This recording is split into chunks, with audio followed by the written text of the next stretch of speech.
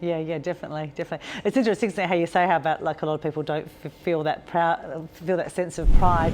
Yeah, I found there's a lady I met a couple of weeks ago who was very open in front of a massive group, maybe like 60, 70 people in the room. Very open about being the angry person on site. And so even just having that story, everyone knows I'm angry, I'm the angry person. You're sort of reaffirming the story and telling yourself you are that person. And so for her, there was like a level of shame around having the anger there, but she put herself in a position where she was getting help professionally and she's starting to work on that. With that being said, with that story there, with the past experience and the behaviors and the way that she spoke about treating people, even though she was taking steps and getting help, which most people don't do, she wouldn't allow herself to acknowledge that she was proud.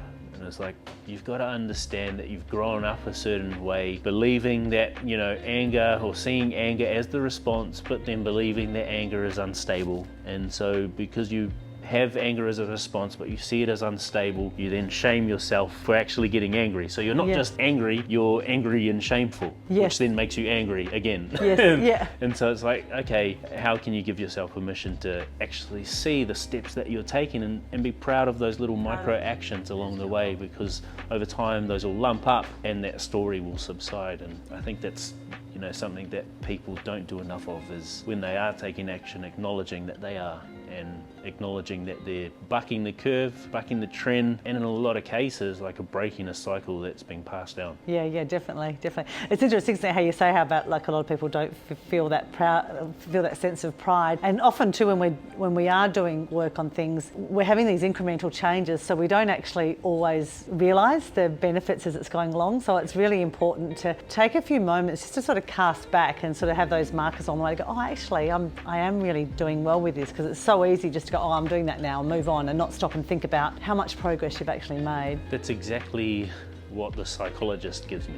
Yeah. Going back to the psych, they ask you the questions, and it's like a verbal survey, pretty much. And then they say, oh, in comparison to your scores last time, you're doing really well. And it's only in those moments where I realize, holy shit, like my life's changed pretty dramatically in my happiness and my mental health and my mood over the last month, 2 months that I haven't seen you. And so those markers are really, really important, but we more often than not don't do it for ourselves. No.